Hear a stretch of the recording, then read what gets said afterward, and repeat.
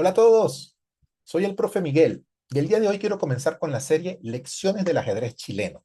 Y es que acá en Chile, en este mes de enero de 2026, han ocurrido toda una amplia cantidad de torneos muy interesantes con participación de grandes maestros internacionales, muchas partidas muy luchadas de las cuales podemos aprender. Entonces vamos a ir seleccionando partidas de estos torneos y vamos a ir tomando lección de lo que ocurrió en el ajedrez chileno.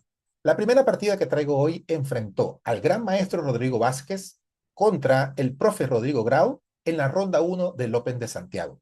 Y es muy interesante ver cómo el profe Rodrigo Grau enfrentó con mucha valentía y con mucha concentración a un jugador casi 500 puntos de ranking superior. La partida comenzó con D4, D5, gambito de dama, se rehúsa, caballo C3, caballo F6, caballo F3, alfil E7. Lo primero a destacar, luego de alfil G5 y enroque, es que el negro juega un esquema sólido en línea con los principios de apertura. Sacó peón al centro, sostuvo su centro, desarrolló las piezas y enrocó.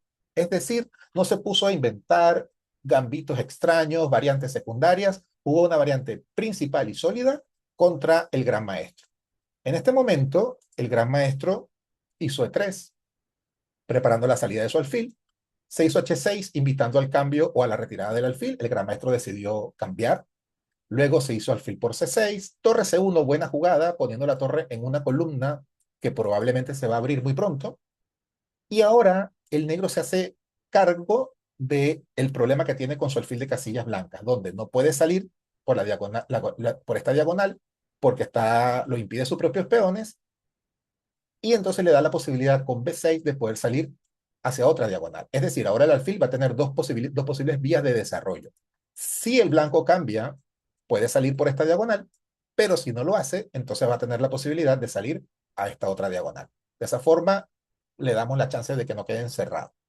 Efectivamente, en la partida, el gran maestro cambió, se hizo peón por, y ahora el alfil, como hablábamos, tenía dos chances para poder desarrollarse.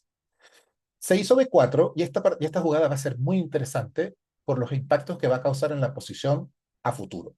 Se acaba de crear una pieza, primera pieza que se coloca en una posición donde no está defendida. Y esto es algo donde nosotros tenemos que estar muy concentrados porque pueden ser oportunidades que se pueden aprovechar más adelante. Entonces nos dimos cuenta, el jugador contrario acaba de crear una debilidad con B4, ¿ok? Entonces sigue la partida con C6, lo cual es bien interesante, impidiendo momentáneamente que el peón avance. Se hace alfil E2, se hace alfil E6, se enroca el blanco, termina el desarrollo, casi termina el desarrollo de las negras, falta solamente sacar la dama y conectar las torres. Y en el momento en donde se hace dama C2, comienza el tema de que la dama va a tener que perder un tiempo porque entonces la dama negra gana un tiempito conectando las torres y haciendo que el blanco se tenga que hacer cargo entonces de defender ese peón de B4. Ahora el blanco va a tener que gastar un tiempo en hacer A3, hacer torre B2, B1, perdón, o dama B3. El total es que tiene que defender el punto B4. Y de esa forma comenzamos a tomar la iniciativa a nuestro rival, creándole problemas, haciendo que se ocupe de resolver amenazas y que no tenga entonces libertad de poder ejecutar su propio plan. En este caso, el gran maestro decidió defender con dama B3 y aquí vemos, la dama llegó a B3 en dos tiempos y en ese tiempo el negro aprovecha de reubicar su dama en una buena posición, quedando mirando al flanco rey y también cuidando su debilidad de C6. Continúa la partida con el movimiento de la otra torre, las torres ya están colocadas en buenas columnas, se hace A6 y esto está luchando porque no avance el peón de B4, de manera de que si se quede inmovilizado en su casilla donde está actualmente va a poder seguir siendo atacado más adelante, a futuro. ¿Ok?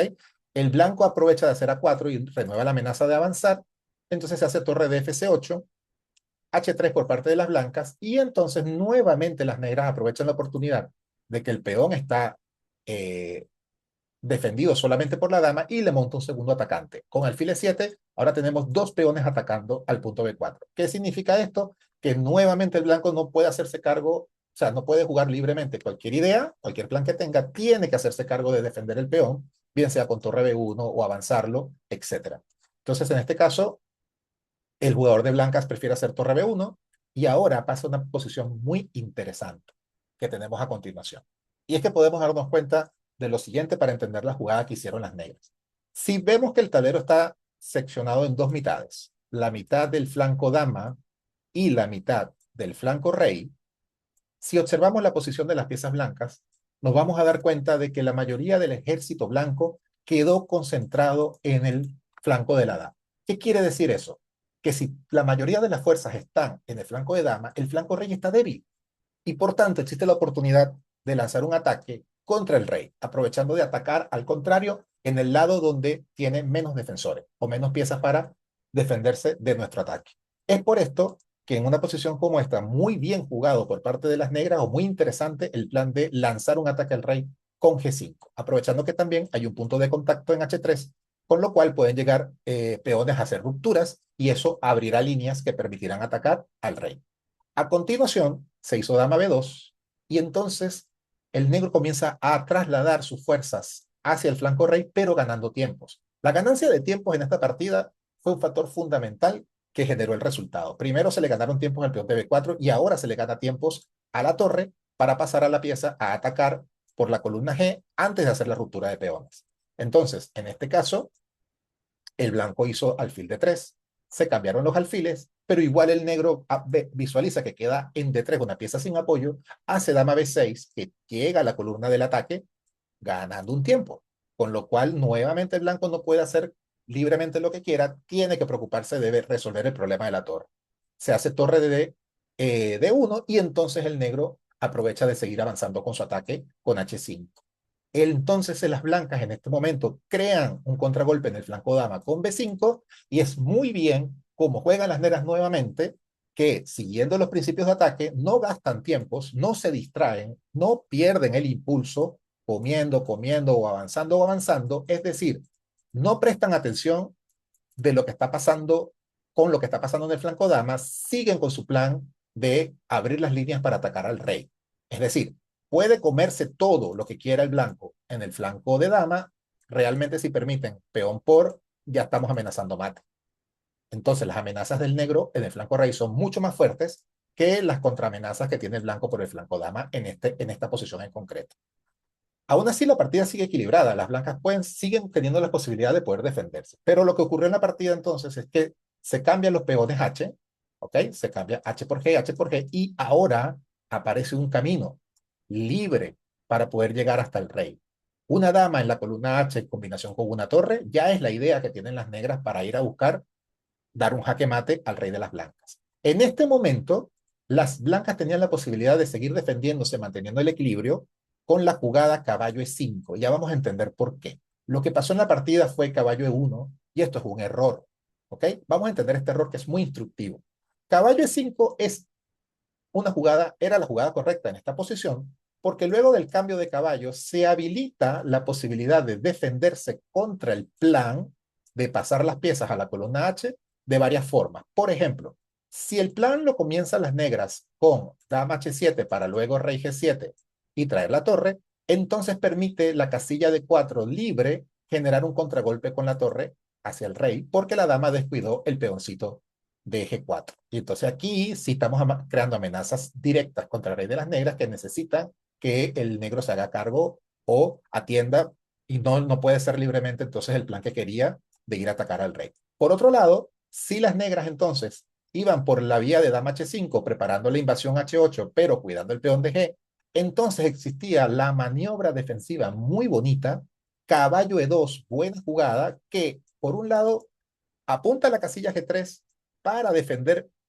atacar la dama y defender la casilla H1, pero por otro lado también resiste la idea de rey G7 para traer la torre porque el rey se pondría en una diagonal abierta y sufriría un ataque con jaque a la descubierta. Es decir, que el movimiento de este peón habilitaba tres recursos defensivos muy interesantes. El pase de la torre por D4 para atacar el punto G4 de ser lo oportuno, el movimiento del caballo a E2 para ir a G3 y la apertura de la diagonal o la posible apertura de la diagonal con la jugada E6 o sea, que haría mucho más lento o más difícil el pase de las torres a la columna H. Es por eso que esta jugada caballo E5 era la jugada correcta en esta posición en vez de caballo E1, porque caballo E1, si bien está defendiendo al rey, no moviliza el peón D de la columna D, con lo cual no habilita los recursos defensivos que conversamos anteriormente. Dicho esto, entonces, ante caballo 1 se jugó caballo F6, buena jugada, ya empezando a llevar piezas hacia el flanco rey, por ejemplo, para avanzar un G3 apoyado, podría ser. Y también entonces seguir trasladando las fuerzas hacia el rey y poder ir a conquistar entonces estas casillas de entrada, amenazando mate. Ocurrió peón por torre por, y ahora la torre nuevamente ya puede estar pasando por tercera también al ataque, y se jugó una imprecisión, en este caso que fue caballo de 3. Nuevamente, las negras aquí tenían la posibilidad de resistir un poco más con la maniobra caballo de 2 para caballo G3, impidiendo la idea de origen de las negras, que es poner las piezas pesadas acá e ir a buscar el jaque mate en H1. Al hacer, perdón, caballo de 3, entonces el negro tiene la posibilidad de comenzar a acumular sus piezas, bien sea con dama H6 o dama H7, para ir a buscar ese mate que estamos conversando. Lo hizo de una manera un poquito imprecisa, de todas formas, lindo como el ajedrez también tiene que ver con toda una serie de detalles, ¿no? Que vamos a entender para aprender en este momento. Y es que en este minuto, al hacer dama H6, nuevamente se crea la posibilidad de el caballo E5, y por ejemplo, si quitamos la torre, caballo E2 y volvemos con la idea de llegar a G3 para defender H1.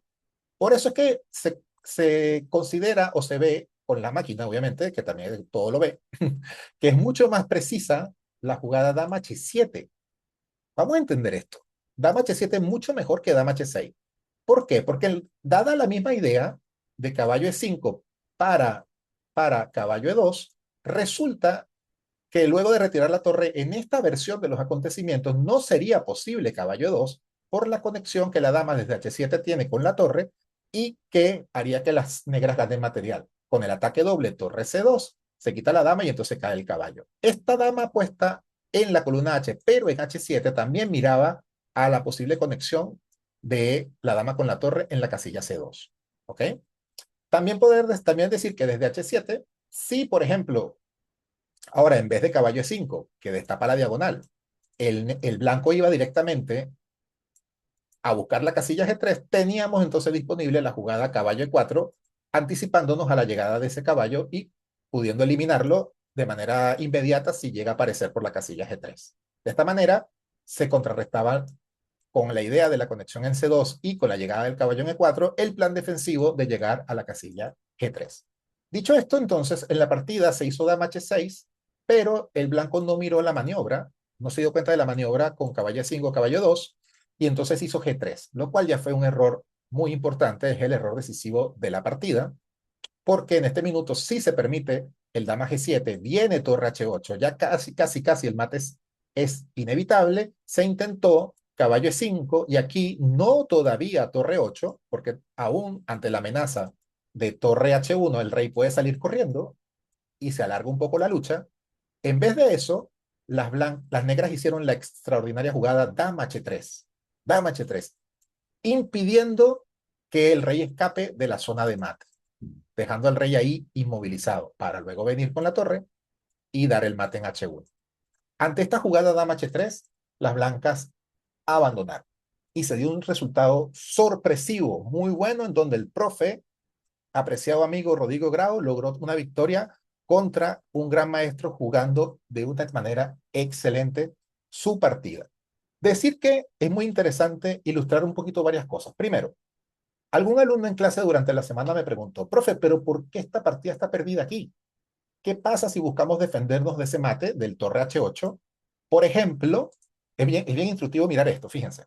Si hacemos F4, por ejemplo, para traer la dama a la defensa del mate, bueno, resulta que ocurre que con torre H8 estamos amenazando el mate en H1 y la dama no puede hacer dos cosas a la vez. No puede defender el mate y a la vez defender al caballo. Si se viene a defender el mate, entonces primero cae el caballo y es verdad que esto permite el cambio de damas, pero ahora quedan la estructura de peones de las blancas muy en riesgo. Supongamos que se hace rey F2 para defenderlo todo, entonces da la posibilidad de que entre todos a la fiesta, entra el caballo también dando jaque, y por ejemplo, si el rey se queda por acá, resulta que aquí hay un bonito mate en 4, ¿ok? Mate en 4 jugadas que te invito a pausar el video y tratar de ver por ti mismo como ejercicio de cálculo, ¿ok? Bien, dicho esto, entonces el mate es el siguiente, torre C2, y no se puede venir hacia atrás porque sería mate en H1, entonces tiene que venir acá. La torre está siendo atacada, torre H2, y estamos defendiendo la torre amenazando el mate en C3, torre B3 defendiendo este mate, pero entonces ocurre un hermoso mate en D2 que se conoce, patrón típico de mate, que se conoce como el mate del gancho. ¿Ok? Entonces, por esto es que ante dama H3 podríamos decir que las blancas se dieron cuenta que, bueno, ya no había defensa posible, dado que eventualmente perdían el caballo y terminaba esto en un mate del gancho. Muy bien, por Rodrigo Grau, felicitaciones por esta extraordinaria partida que nuevamente demuestra cómo puedes hacer, cómo podemos hacer todos y cada uno de nosotros, jugadores en ascenso, niños, adolescentes, personas que estás comenzando a estudiar y quieres progresar en el ajedrez, cómo debes enfrentarte entonces a jugadores mucho más fuertes que tú, sean maestros FIDE, sean maestros internacionales o grandes maestros. Lo primero, recordemos, jugar correctamente la apertura, centro, centro, desarrollo y enroque. Eso es lo primero. Lo segundo, atento entonces a las oportunidades que genere tu rival. Por ejemplo, en este caso, el peón de B4 que fue motivo de distracción para las blancas y le hizo perder varios tiempos. ¿Ok? Lo tercero, tener un buen plan. En este caso, la jugada G5 lanzando el ataque hacia el rey se aprovecha de que la mayoría de los recursos del blanco estaban concentrados hacia el flanco dama. Y lo cuarto, obviamente, ejecutar este plan con maestría, con precisión y pues llegar a posiciones como, por ejemplo, este momento de dama H3, donde por un lado se habilita el pase final de las piezas para ganar la partida, mientras que a la vez evitas que el rey escape de la zona de mate. Bien, de esta forma, entonces tú también podrás ganar a jugadores de más ranking, estando concentrado a las oportunidades, jugando correcto, elaborando un buen plan y ejecutando con buena precisión. Nos vemos en el próximo video. Espero que te haya gustado este. Suscríbete si así te pareció. Agradezco, voy a estar pendiente de tus comentarios. Y eso sí, quedo comprometido con un tema. Obviamente, hay muchísimas partidas en donde el gran maestro Rodrigo Vázquez ha salido victorioso y que también son muy buenas y de las cuales también tenemos oportunidad de aprender. En el próximo video que voy a sacar de esta serie, Lecciones del ajedrez chileno, vamos a ver una de las brillantes victorias que tuvo el gran maestro Rodrigo Vázquez en el Internacional de Temuco este mismo mes, torneo en el cual él salió en el podio y quedó en el tercer lugar. Un saludo también para el gran maestro y de él, obviamente, bueno, aprendimos hoy en esta que fue una derrota, pero también tenemos mucho que aprender de sus victorias. En el próximo video lo veremos del lado de los ganadores. Abrazo a todos, te espero en el próximo video.